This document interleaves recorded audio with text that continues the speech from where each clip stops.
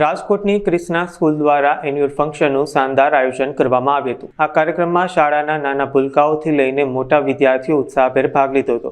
Stage પર બાળકો દ્વારા એકથી એક ચડિયાતી સાંસ્કૃતિક કૃતિઓ, ટેલેન્ટ શો અને નાટકો રજૂ કરવામાં આવ્યા હતા, જેમણે ઉપસ્થિત સૌ કોઈને મંત્રમુગ્ધ કરી દીધા હતા। આ વર્ષે કાર્યક્રમનું વિશેષ આકર્ષણ બાળકો દ્વારા તૈયાર કરવામાં આવેલી ફૂડની અલગ અલગ વાનગીઓ રહી હતી।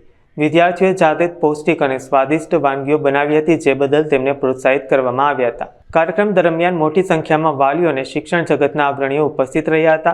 શાળાના સંચાલકોએ જણાવ્યું હતું કે બાળકોને માત્ર પુસ્તકીય જ્ઞાન જ નહીં, પરંતુ ભણતરની સાથે ગણતર અને શારીરિક પ્રવૃત્તિઓનું મહત્વ સમજાય તે હેતુથી સમગ્ર આયોજન કરવામાં આવ્યું હતું। ખાસ કરીને ક્રિષ્ના ઇન્ટરનેશનલ સ્કૂલના પ્રાંગણમાં આજે અમે ક્રિષ્ના કાર્નિવલ 2025નું આયોજન કર્યું છે। મેઇન જો હું કહું તો આવા કાર્નિવલનું આયોજન અમે એટલા માટે કર્યું છે કે સ્ટુડન્ટની અંદર જે આંતરિક સુસુપ્ત શક્તિઓ રહેલી છે એ ખીલે, એ લોકો સ્ટેજ પરફોર્મન્સ આપે, જેથી કરીને એનો સ્ટેજ ફિયર દૂર થાય।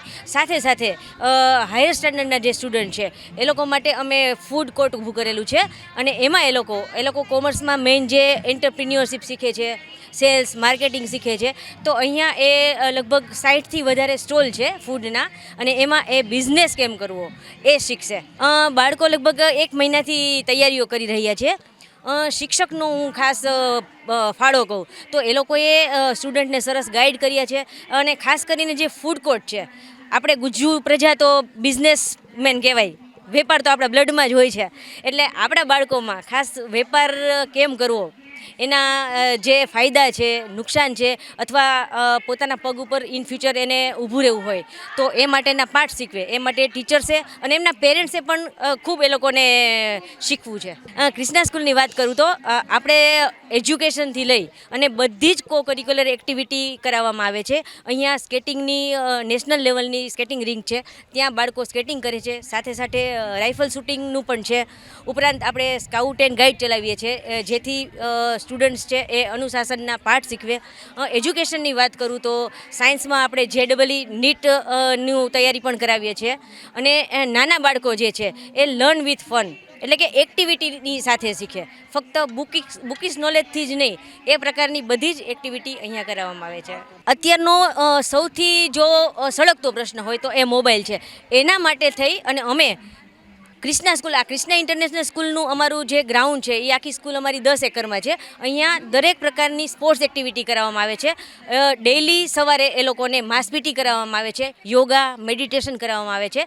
સાથે સાથ આપણી જે ટ્રેડિશનલ ગેમ, એટલે કે જૂની જે રમતો હતી એ પણ અહીં શીખડાવવામાં આવે છે, અને સ્પોર્ટ્સ ડે અને એન્યુઅલ સ્પોર્ટ્સ ઇવેન્ટ એનું પણ અમે આયોજન કરીએ છીએ, જેથી કરી અને બાળકો ફિઝિકલ ફિટ રહે, અને સાથે સાથે એ જો ગ્રાઉન્ડ ઉપર હોય તો એ સ્ક્રીન ઓછો લે અને મોબાઈલથી પણ થોડે ઘણે અંશે દૂર રહી શકે। જ્યોતિબેન ટીલવા, પાટીદાર સામાજિક અગ્રણી।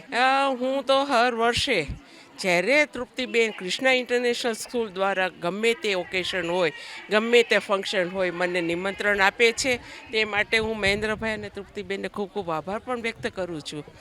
અને આ સ્કૂલની એક એટલી સરસ ખાસિયત છે કે એ લોકો બાળકો અને જે ટીચર્સ છે એમના ખ્યાલમાં રાખીને એ લોકો કાર્યક્રમ કરે છે, કે જે મહિલા ઉત્કર્ષ, કે મહિલાઓને આગળ કરે છે કાયમ માટે। હું જોતી આવું છું કે ફ્રન્ટમાં જે હું આવતી હતી ત્યારે બાળકો જે ડાન્સ કરતા હતા એ સાયન્સના સ્ટુડન્ટ્સ હતા।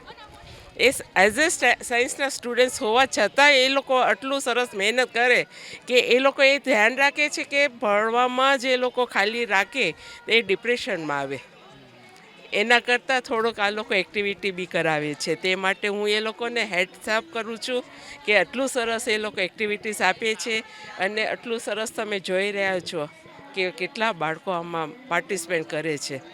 તે દર વર્ષે હું અહીંયા આવું છું, હરેક ફંક્શનમાં આવું છું, ને યુનિક હોય છે દર વખતે, અને બાળકોને પણ એ લોકો કાયમ માટે ક્યાંક ને ક્યાંક એ લોકો ઉત્સાહ કરે છે।